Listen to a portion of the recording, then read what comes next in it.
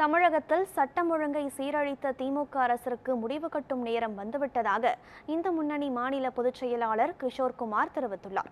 விநாயகர் சதுர்த்தி விழாவை சீர்குலைக்க முயற்சிக்கும் சமூக விரோதிகள் மீது நடவடிக்கை எடுக்க வலியுறுத்தியும் அவர்களை உடனடியாக கைது செய்ய வலியுறுத்தியும் திருப்பூர் குமரன் சிலை முன் திருப்பூர் இந்து முன்னணியினர் ஆர்ப்பாட்டத்தில் ஈடுபட்டனர்.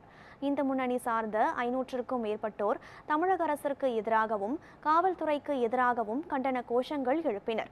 அப்போது பேசிய இந்து முன்னணி மாநில பொதுச் செயலாளர் கிஷோர்குமார், கொலை, கொள்ளை, ரவுடிகளுக்கு இந்த ஆட்சி முக்கியத்துவம் அளிப்பதாகவும் நேர்மையாக இருப்பவர்களை கண்டுகொள்ளாமல் இருப்பதாகவும் குற்றம் சாட்டினார். இந்த ஆட்சி என்ன பண்ணுது? யாரெல்லாம் ரவுடி இருக்கிறானோ, கொலைகாரர் இருக்கானோ, திருடன் இருக்கானோ அவனுக்கு தான் முக்கியத்துவம் கொடுக்கிறான். நியாயமா நேர்மையா இருக்கனுக்கு முக்கியத்துவம் தரதில்லை. இன்னைக்கு நேர்மை என்னன்னு கேட்கிறாங்க.